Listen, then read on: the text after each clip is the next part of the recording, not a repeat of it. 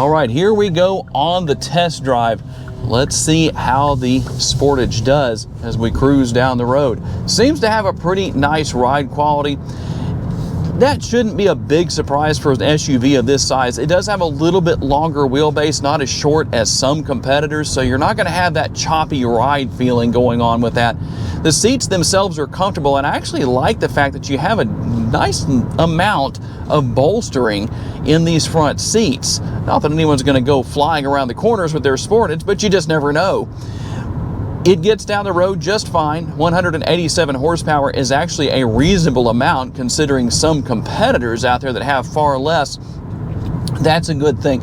And something that's just unusual that sets it apart, but it's not a bad thing, it's not distracting, is the design of the steering wheel. I like that. It's just something that's a little bit different, not totally round. That flat bottom is here, a little bit more of a flat top, not completely, but it's not as round as some out there.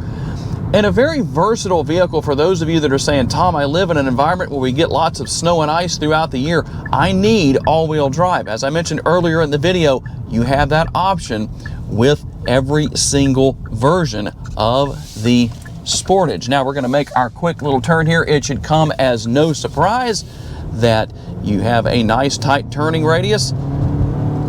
It's not a hot rod, but you know what? It gets up to speed without any trouble. I'm just kind of cruising down the road here, not even to half throttle, so not a big deal where that's concerned.